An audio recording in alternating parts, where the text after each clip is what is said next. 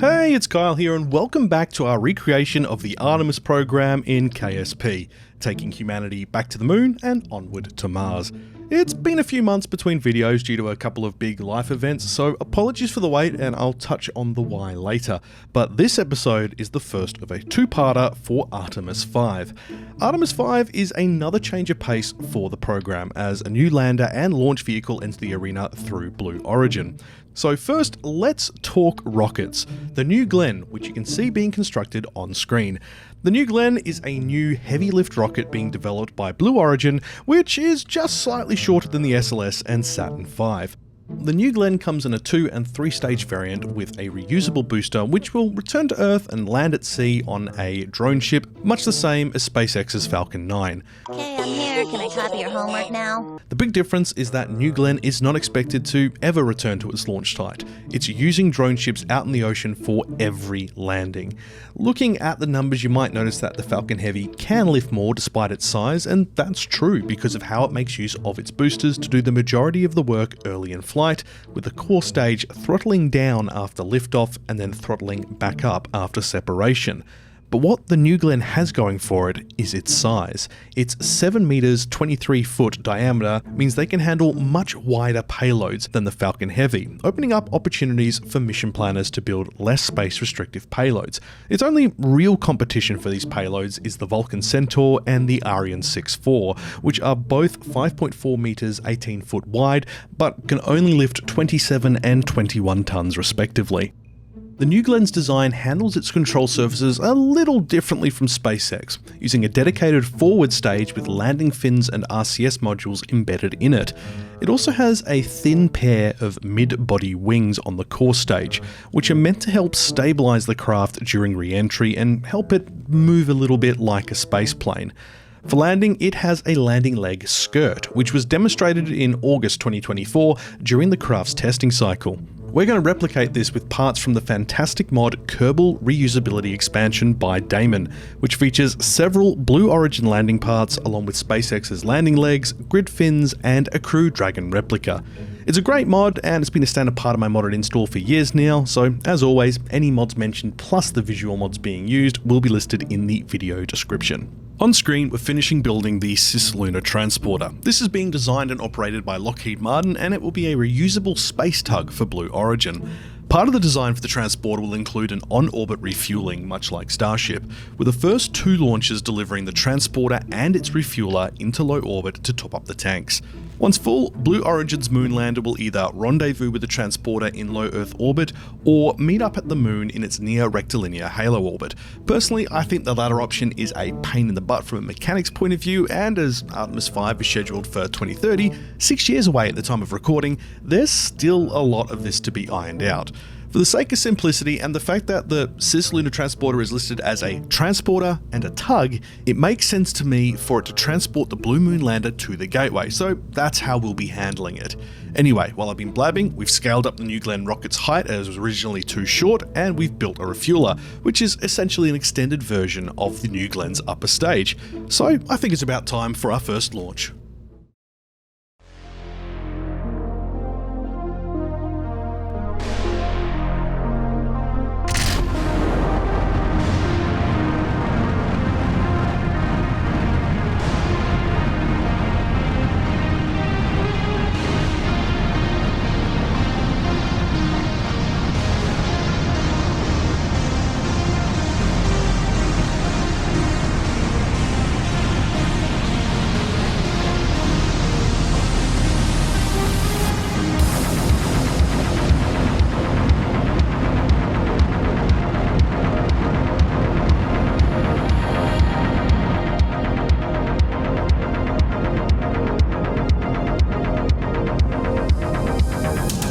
So this first launch is pretty routine, and if you've seen my previous videos on the Artemis program, you'll be fairly familiar with the process so far. We separate from our booster while it still has around 700 meters a second left to give it enough fuel for a powered landing. Keep in mind, this figure will depend on the mass of your craft, but I found around 700 meters a second to be the sweet spot for the Falcon 9 booster, my Umbra lifters in Korea Strategia, and the same has been true here for the New Glenn. We'll come back to the booster later using the fantastic FMRS mod, but for now, our New Glenn upper stage is continuing to make its way into orbit. We're aiming for a relatively low Kerbal orbit, around 80 kilometers up, which will give us a bit of leeway for our upcoming rendezvous maneuvers. Now, we are not going for total accuracy here, as the transporter and the Blue Moon lander are reported to use cryogenic O2 and hydrogen as their fuel source, and the New Glenn booster will be running on liquid methane. There are mods to add these types of fuels and engines into Kerbal Space Program if you want to do so, but for this mission I decided against adding even more mods to my already heavily modded install. Coward. With our Cislunar transporter safely in orbit, it's time to bring back our space junk. First up is the New Glenn's second stage, which is heading back to terra firma. While the second stage is currently disposable, Blue Origin are planning to eventually swap it out with something they're calling Project Jarvis, a reusable second stage which will make the New Glenn stack fully reusable. Whether that's a powered landing or a parachute style retrieval, we're not sure yet, as the project is still in very early development. But as the second stage currently has 2 engines optimized for space operations, any changes will have to take into account how these engines perform in atmosphere along with re-entry controls. Now it's time to bring back our first New Glenn booster. Oh, hi, Glenn. And like any first landing attempt, this is not going to be perfect, and it is the first time I'm trying to land a booster on a drone ship. Yes, I'm doing this all manually, no mecha jab here. Blue Origin is planning to use the same drone ship contractor as SpaceX for its ocean landing platforms. At the time of recording, Blue Origin are pretty secretive on the future details of New Glenn's operations, so it's unclear if New Glenn will ever attempt to land back at the Kennedy Space Center or at an alternative landing site. At this stage, all the official materials and media statements talk exclusively about planning to land the booster on a drone ship to the east of the Cape in the Atlantic. However, given the rocket's power and aerodynamic profile, I can see them eventually embracing a similar situation to the Falcon 9, where, dependent on configuration and payload, there is a choice between a boost back to the origin point or an ocean landing. Unfortunately for our first attempt, we've come up a bit short, but I'm pretty pleased with how close the booster is to the drone ship, all things considered. However, I found the booster's upper fins were causing a lot of unwanted roll and control issues, so I deactivated the roll control surfaces for the fins going forward. On the bright side, we managed a controlled splashdown which the booster survived. It was a nice clear day with a visible platform nice and close, making targeting a lot easier. Sometimes foreshadowing is relative. Let's just pretend we didn't see him. Right, it's time to create the Blue Moon. No, not the delicious Belgian-style wheat beer by Coors. We're talking about the Blue Origin's lunar lander, which won NASA's second human landing system contract in 2023. Blue Moon has had a rocky road, failing to beat Starship in the first round of NASA's human landing system contracts, resulting in the Jeff Bezos-led company suing the US Space Agency in August 2021. Yeah. The suit claimed the agency wrongly evaluated the lander and that NASA had said it wanted 2 landers, so why not us? Blue Origin asked the court for an injunction to halt further spending by NASA on the contract with SpaceX, putting a pause on SpaceX's involvement in the Artemis program and stopping any funding for the lander's development being provided. 4 months later, a federal court ruled against Blue Origin's complaint, stating Blue Origin failed to establish foul play by NASA. Unsurprisingly, the reactions to the lawsuit were pretty negative across the entire space community, including NASA, and even among Blue Origin employees, which saw it as a waste of time and money. Back to the build, we've got the core of the lander ready, using Nertia's Near Future Constructions mod to replicate the twin exposed tank design. But before we stack it on the booster, we need to refuel that transporter.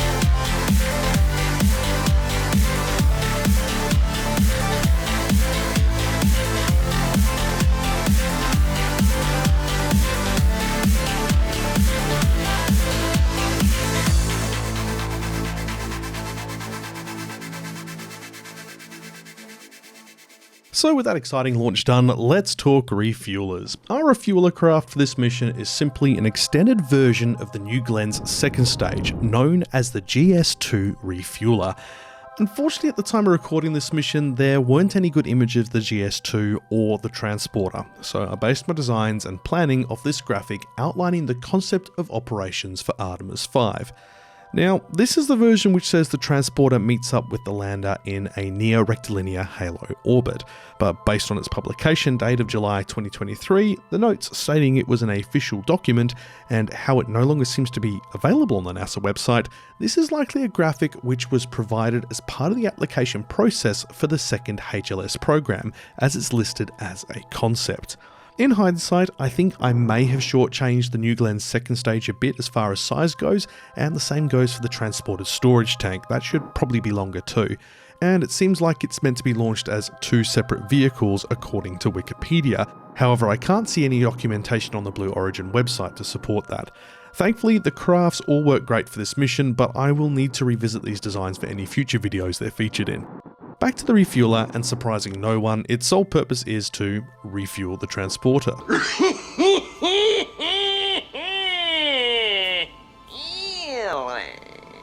With both the transporter and lander using cryogenic oxygen hydrogen, that means the refueler will need to be able to transport the same fuel to orbit, and as it turns out, it's also running on the same stuff. However, cryogenic fuels are not easy to store or use. Look at all the trouble NASA has had with the SLS on Artemis 1. Apparently, Blue Origin are planning to make use of new cryogenic fluid management technologies under development, including those to enable long-term on-orbit storage of their cryogenic propellants. This has been referred to in other articles as zero boil-off cryogenic storage. I can't find much about this new technology they are using, and the quote seems to originate from a 2023 Washington Post article that's been paywalled. Either way, I'm sure we'll find out more about it once the first launch goes up, seeing as it will also be using that second stage. Back to on-screen events, with the refueler having delivered its fuel to our Cislunar transporter, it's time to deorbit it. Similar to the limited details around its construction, we don't know whether the GS2 will be recoverable.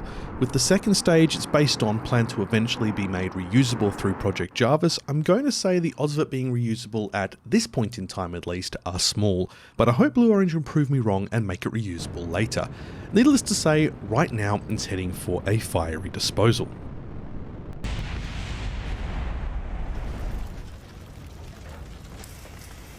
And on that bombshell, back to the studio. Well, not quite the studio, but we are popping back in time using FMRS to try and land our second New Glenn booster. This time around, things have gotten more difficult, with the planet's Terminator line now passing over the location of our drone ship. This means we're going to have to land in the dark, on a drone in the ocean.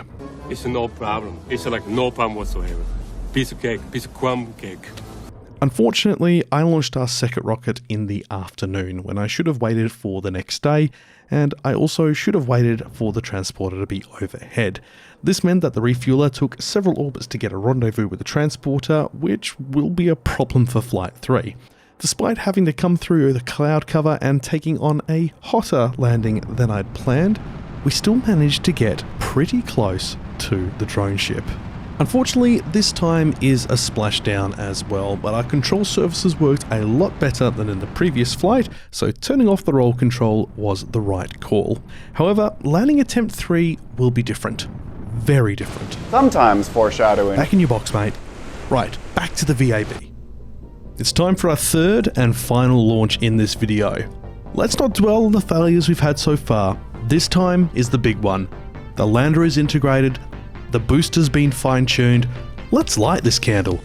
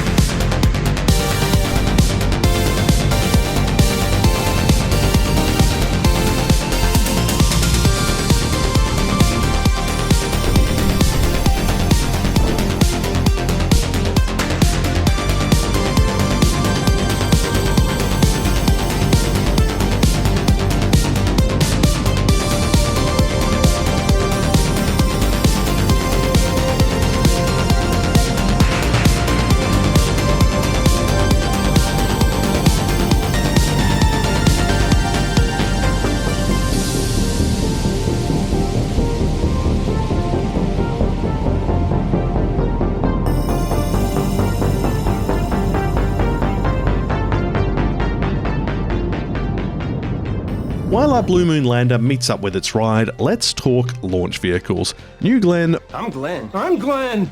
was officially announced in 2016, having started development back around 2013. Its first test flight was originally planned for 2020, but like many rocketry projects of this scale, that date got pushed back and back. At the time of recording, it's late December 2024. New Glenn is on the launch pad for its first test flight. It's recently completed its test burns, but whether it takes off before 2025 rolls in is another question altogether. Blue Origin have been ticking off plenty of steps in quick succession since they changed the CEO in January 2024. But there's the view that they're lagging behind the competition, namely SpaceX. It seems like Blue Origin's approach is straddling the line between SpaceX's build quick break stuff mentality and the more cautious approach seen in heritage builders like United Launch Alliance, resulting in a longer production time. If New Glenn works as hoped, it could become a viable alternative to SpaceX for larger payloads, including some of NASA's proposed interplanetary missions, which would be able to make use of the much larger fairing width compared to the Falcon 9 and even the new Vulcan Centaur.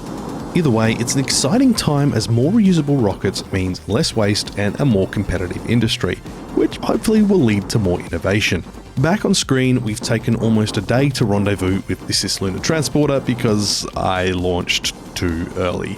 As mentioned earlier, the current operation plan is to either have the crafts meet up in a low Earth orbit as per an interview with Jeff Bezos from 2024, or meet in neo-rectilinear halo orbit around the moon, which is the same orbit that the Lunar Gateway is in.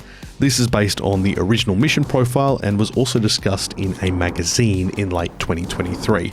Either could be right, or the final plan could still be in flux, especially with the changing government. I suspect rendezvousing at the moon might be more fuel efficient due to the low cost for inclination changes, but for simplicity, we're just going to go with using the transporter as its name suggests, to transport the lander to the Lunar Gateway. So we've docked our Blue Moon lander to the Cislunar transporter, and our New Glenn secondary stage is making its re-entry back to the planet. Can we save the engines this time around? Kaboom. Yes, Rico. Kaboom. Anyway, back in orbit, we've lit the beautiful blue engines of the transporter stack, and we're on our way to the Mun. We'll also take this opportunity to fill up the lander's tanks and turn off crossfeed so it can arrive fully stocked and ready to launch from the gateway. As with the previous Artemis missions, we're aiming to head over the Mun's North Pole where we'll conduct our capture maneuver. To do this, we need to make a mid-course correction burn due to our equatorial orbit so we can angle our trajectory northwards. Once we're over the northern pole, we'll be burning retrograde to put ourselves into a temporary halo orbit, and from there we can adjust our apoapsis, periapsis and inclination to match up with the Lunar Gateway. Now, the engineers and physicists at NASA are going to do a much better job of this than me, obviously, thanks to their supercomputers, team of mission planners, and a general higher level of knowledge and skill, which will make the real mission easier compared to what you're seeing on screen. The burns conducted by the Artemis 5 crew will be planned out months in advance with the largest safety margins they can give. In addition, Earth's tilt, which Kerbal doesn't have, and the Moon's not perfect orbit means that the angle of approach makes getting into the neo-rectilinear halo orbit easier than when both planets are on the same plane. As you can imagine, that means we have a bit of finessing and finagling to do to get everything just right. So as our capture burn gets underway, you might notice that our orbital line is not perfectly aligned with the Gateway's orbit. That's the larger of the two orbits visible around the Mun. That's kind of expected, as it would require a very specific launch time and schedule due to the nature of the orbit, meaning only once a month is there a perfect alignment to conduct the mission. Instead, we'll be making a correction burn at the apoapsis, the furthest point in our orbit, to line us back up. Just like how the O-berth effect makes burning at the lowest point of your orbit the most efficient way to increase your apoapsis by making use of the planet's stronger gravity, making changes to your orbit's characteristics gets much more fuel efficient the further you are from the planetary body, as you are dealing with lower gravity. It's actually even more efficient thanks to the Mun's smaller gravity well too, which makes things great for us. This is also likely part of the reason that the Artemis mission plans always have the Orion capsule meeting up with the Lunar Gateway and ascending from the surface when it's heading to the furthest point away from the Moon. It's easier to make those adjustments when it costs you a lot less fuel. It's free real estate. After we got our orbits properly lined up, we dropped down to a lower orbit to help us catch up to the gateway and make our rendezvous. While it took a few orbits, no one is on board, so we don't really have to worry about anything this time around. If you watched my previous video on Artemis 4 though, you might remember we left the theoretical Dynetics lander attached to the gateway, and it's still there. That bulky frame is going to make future additions to the station a bit of a pain in the butt, so we'll have to find a way to move it on. But for now, enjoy this rather frantic manual docking attempt at 10 times speed.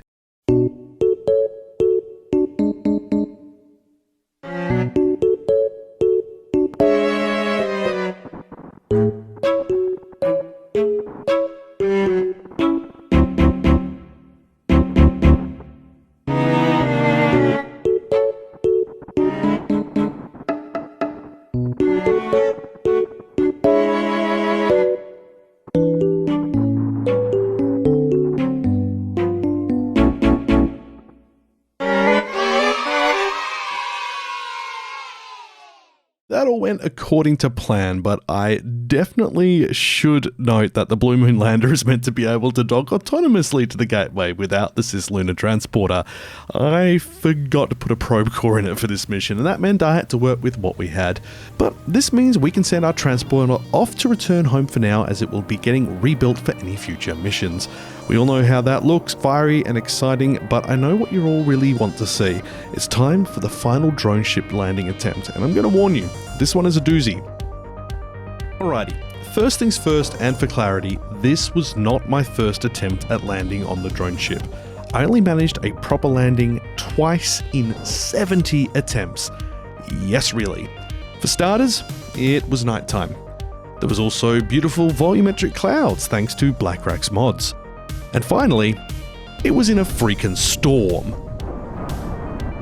So I got on the deck on attempt 45, but I blew up the drone ship. On attempt 46, I managed a proper touchdown, but the landing gears exploded and the booster fell off the ship. So after literal hours of trying and either blowing up the drone ship or missing the target completely, on attempt 64, I finally nailed it.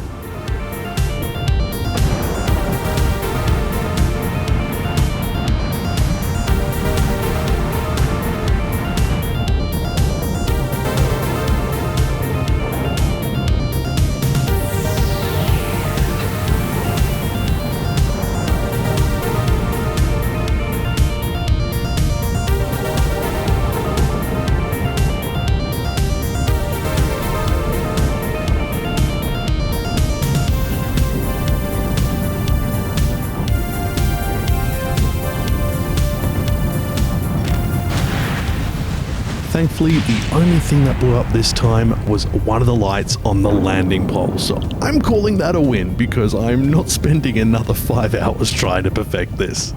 And that brings to the end part 1 of the Artemis 5 mission. Thanks so much for watching. If you're curious why the long gap between videos, well, firstly, I got married, and my partner and I thought it would be real smart to be the event planners for it, seeing as we both do that for work. Put simply, we were sick on the wedding day and out of action for the months after. Also, I have ADHD and I became obsessed with 3D printing, and then it was 3 months since I recorded the video. Yeah, it's a bit of a problem. My aim for 2025 at least is to put out at least one Kerbal video a month, but we'll have to see what happens with health and life. Either way, the videos are going to keep on coming, but the gaps may be a little longer compared to when I first started out. I'm starting work on part 2 of this video tomorrow while I have a day off work, so I look forward to hopefully sharing it with you in January. We'll be sending a resource scanner to the Mun South Pole, delivering a new lunar rover, and attaching the Esprit module to the gateway, and also planning where to set up our future moon base. I also owe you all an SLS engine block recovery video, so that's a nice, easy, silly video, which would definitely be a bit of a laugh to make. Thanks for sticking around to the end, and until next time, thanks so much for watching, and I'll catch you on the next pass.